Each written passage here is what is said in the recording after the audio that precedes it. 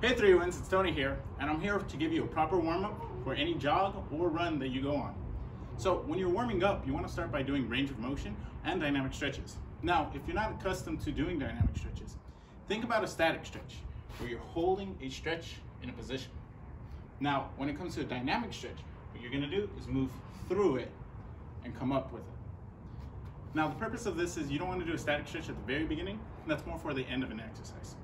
Now, after we go through our range of motion and our dynamic stretches, we want to make sure that we get our heart rate up.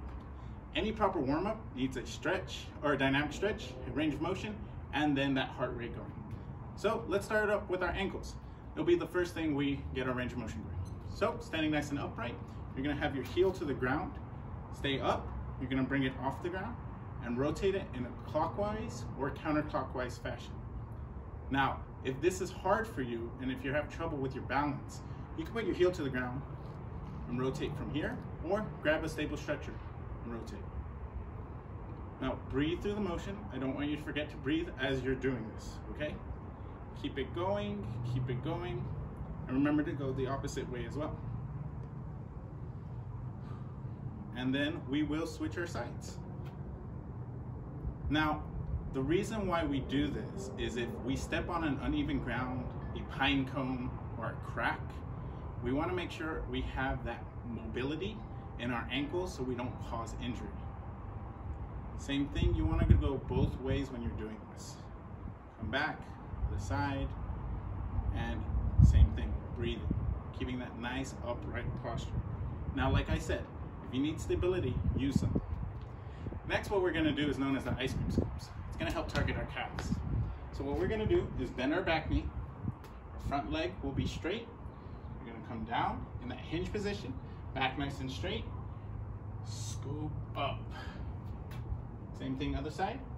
Scoop up. Remember to breathe as you go through it, inhaling and exhaling. Now, if you want to, you can walk with this a little bit, just so you can get an extra little bit of mobility going.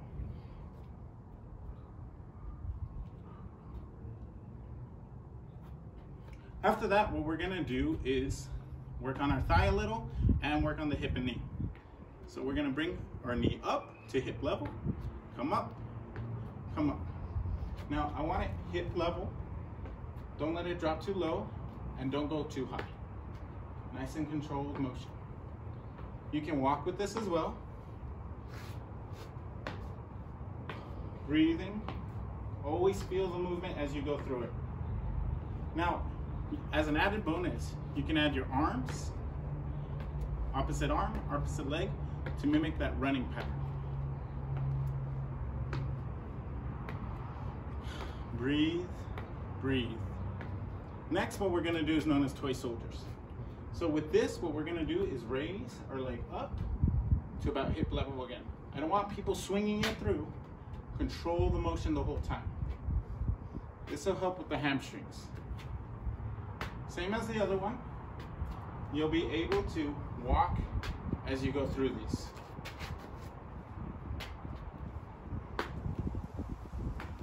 Control your breathing and control your steps.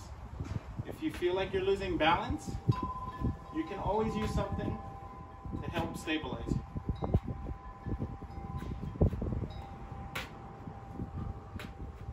Remember, control the movement. Don't let the movement control you. All right, next we're gonna work on that hip internal and external rotation, getting that hip to open up. These are known as opening and closing the gate. Nice upright posture. You're gonna tap with your toes out forward and then tap out. Tap forward, tap out. Bring it up, bring it down. Same thing, you want to control it. Make sure you feel everything you're going through. Now, the arms might be a little difficult at first, but once you start getting that coordination, you'll feel it and get used to it.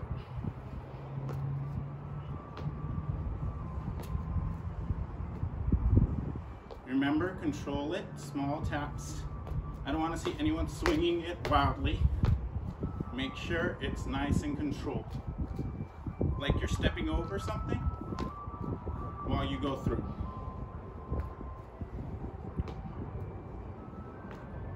Okay, so we went through a couple of range of motion things, making sure our ankles, our knees, and our hips are ready to go. Now we're gonna get that heart rate raising up a little bit. So with the heart rate, what we're gonna start first is by jogging in place. Now, simple, doesn't have to be too hard. A relaxing pace that you can choose. But as we go through it, we wanna make sure that heart rate rises. That heart rate is supposed to be increasing as we get towards the end of our workout. Now, if you're at this part of your jog, that's cool. I understand. Remember, everyone's at their own pace in their fitness journey. But if you're already here and keep wanting to challenge yourself, you're more than welcome to do so. Same thing, if you feel like you want to move a little bit with it, move a little bit, do a couple strides, go back and forth with it. So next what we're gonna do is we're gonna be talking about skipping. This is gonna add a little power to our step, a little bounce. So when you skip, you're gonna raise your knee up and arm up at the same time. And when you land, as you're landing, you wanna land on the ball of your feet, your knees are gonna bend, and your hips gonna bend a little.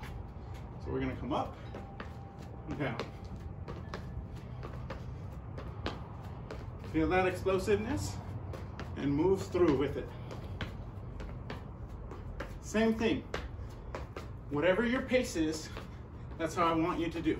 If you're already here, that's fine. If you're barely here, that's good too. As long as we're getting that movement going and getting ready for our run or our jog. Skipping is a great way to get everything activated. All right. So lastly, we want to make sure we get that heart rate up, up, up. So we're going to do some quick feet. Getting into a crouch position, feet hip width apart, slight bend on the knees. We're going to pat our feet to the ground. Feel it, feel it. Include your arms, getting that motion going. And whatever's your pace.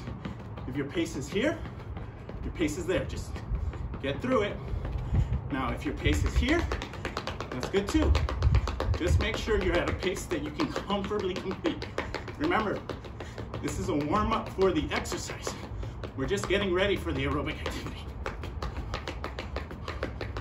Remember to breathe. It is important. I don't want anyone passing out as we're doing this. Feel it. Feel those patterns. Making sure you stay in that crouch position at your own pace. And that'll be your warm-up. And as long as you're ready to go, if you're feeling comfortable, you might want to give yourself a minute break, but try not to go over 3-minute breaks. Once you're ready to go for your jog. Other than that, I'll see y'all later.